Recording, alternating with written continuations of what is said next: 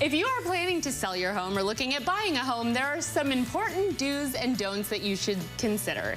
Here today, sponsoring our segment, are Carol Meinhart and Tim Turner, selling homes 24/7 at the Real Estate Group. Welcome back to ciLiving. Nice to be here.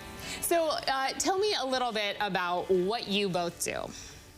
We help people buy and sell homes. Mainly, that's what we do. Right, but there's a lot more to it, right, Tim? If somebody is looking to sell a home, what's some advice you would give them?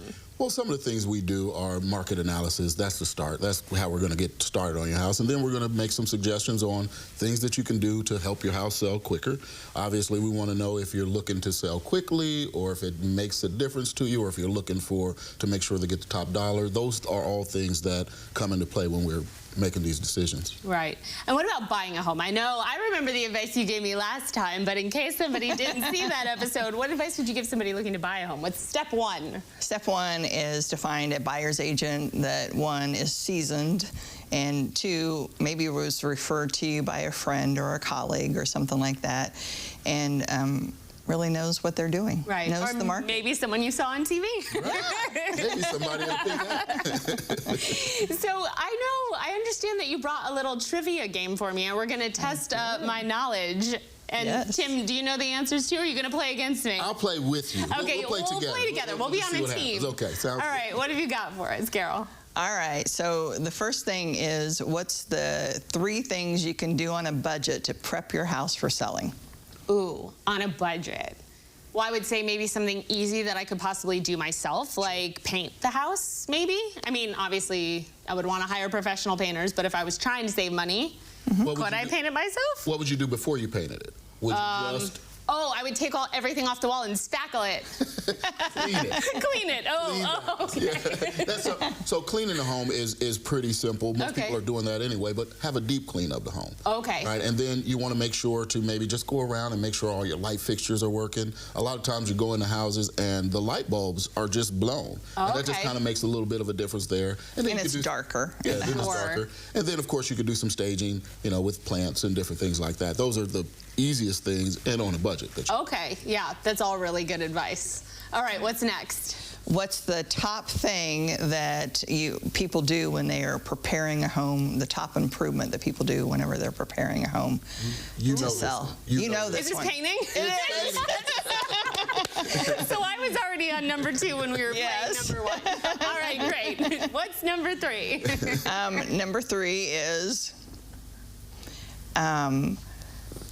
what is a document that shows ownership of the property? Oh, is that like your title?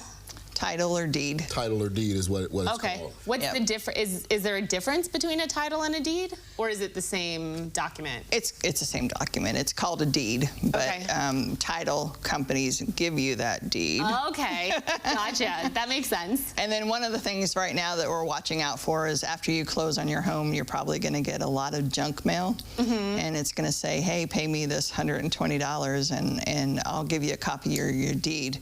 Yeah, you don't need to do that. It's junk mail. Okay. It's a scam. Sure. They will give you a copy of your deed, but you can go to your local agency and get a copy of your deed for maybe a couple of dollars. Gotcha. Those scams, they'll send it to you for $100, but you don't necessarily. But you don't have to do that. And that actually was going to be my question: is should I be concerned if I'm walking away from a closing and I don't have a deed in my hand, or is that something that takes a minute? It takes a minute. Okay. It takes a minute to come to you. So usually, if you're closing with an attorney, it's going to go to his office anyway. Okay. And do you need an attorney, or are you good with a real estate agent? Sort of what's that? I would highly recommend an attorney, a buyer's attorney, because you never know. I mean, sellers, yes, you need an attorney. Okay, you heard it here first. Buyers, I would recommend an attorney. Okay. Because, I mean, there are some other things that I can't do as an attorney. I don't practice law. Sure, that makes sense. But they do, and they do it every day too, so they know the ins and outs of the law. Right, so, And I think it's a small price to pay for the peace of mind that you get. Yes. Sure. Like most real estate attorneys, especially here in town, are reasonably priced, and if that reasonable price gives you that peace of mind that everything within that paperwork is done correctly, I think it's worth it. Sure, yeah, absolutely. That's really good advice. All right, do you have more questions for me? I do. What is the average age of the first-time home buyer? Ooh, the average age.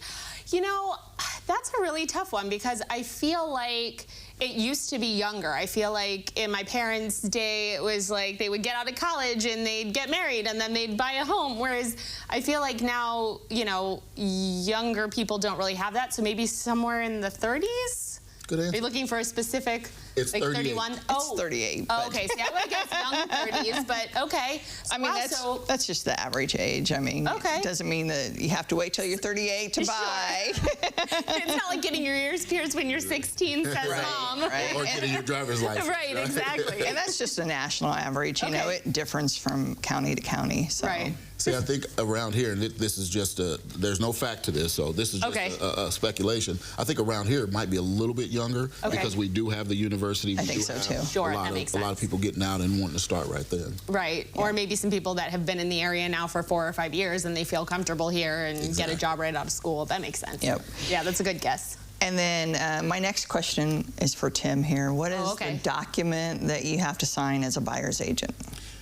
You have to have a buyer's agency agreement signed. You have to have a buyer's agency agreement signed for any buyers to go into houses to see them. The thing about that is it's new, but it's nothing different. Right. It's what we've always practiced.